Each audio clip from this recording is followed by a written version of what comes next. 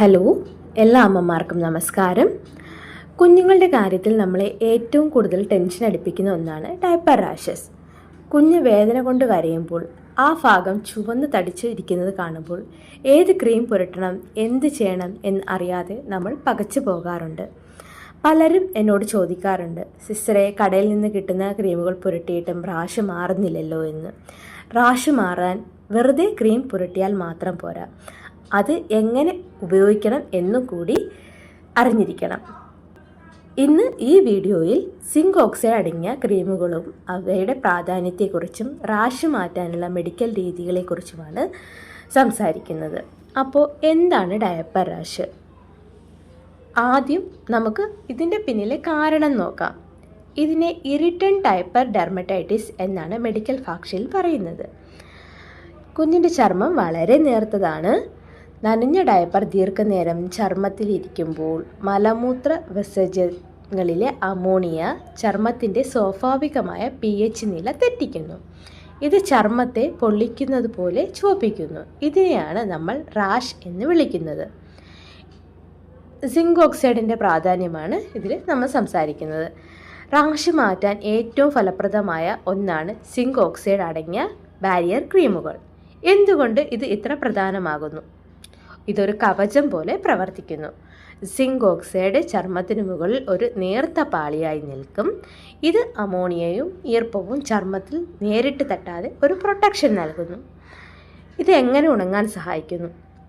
ഇത് ചർമ്മത്തിലെ അമിതമായ നനവ് വലിച്ചെടുക്കുകയും മുറിവ് പെട്ടെന്ന് ഉണങ്ങാൻ സഹായിക്കുകയും ചെയ്യുന്നു. ഇതിൽ ശ്രദ്ധിക്കേണ്ട കാര്യമെന്ന് വെച്ചാൽ, ക്രീം പുരട്ടുന്നതിന് മുമ്പ് ആ ഭാഗം നല്ല പോലെ ഉണങ്ങിയിരിക്കണം. നനവോടെ ക്രീം പുരട്ടിയാൽ ഗുണത്തേക്കാൾ ഏറെ നമുക്ക് ദോഷമാണ് ചെയ്യുന്നത്. ഞാൻ പല അമ്മമാരോട് ഞാൻ എപ്പോഴും പറയുന്ന ഒന്നാണ് എയർ ടൈം. കാറ്റാണ് ഏറ്റവും വലിയ മരുന്ന് എന്ന്. നമ്മൾ എത്ര വില കൂടിയ മരുന്ന് പുരട്ടിയാലും ആ ഭാഗം എപ്പോഴും മൂടിക്കെട്ടിയിരുന്നാൽ റാഷ് മാറാൻ താമസമെടുക്കും. അതുകൊണ്ട് ദിവസവും കുറച്ചു നേരം, അതായത് 2-3 മണിക്കൂർ കുഞ്ഞിനെ ഡയപ്പർ ഇല്ലാതെ കിടത്തുക. വായു സഞ്ചാരം ലഭിക്കുമ്പോൾ ബാക്ടീരിയകളുടെ വളർച്ച തടയുകയും ചർമ്മം സ്വാഭാവികമായി സുഖപ്പെടുകയും ചെയ്യും. വൈപ്സ് ഉപയോഗിക്കുന്നവർ സൂക്ഷിക്കേണ്ട കാര്യമാണ് പറയുന്നത്. ഇത് പ്രധാനമാണ്.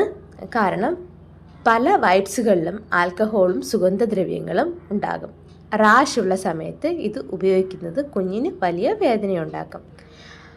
പകരം തിളപ്പിച്ചാറ്റിയ വെള്ളത്തിൽ പഞ്ഞി മുക്കി പതുക്കെ ഒപ്പിയെടുക്കുക. ഒരിക്കലും ഉരച്ച് തുടയ്ക്കാൻ പാടില്ല. അത് റാഷ് കൂടാൻ കാരണമാകും. അപ്പോൾ ഇതിൻ്റെ പരിഹാര മാർഗമാണ് ഡിസ്കസ് ചെയ്യാൻ പോകുന്നത്.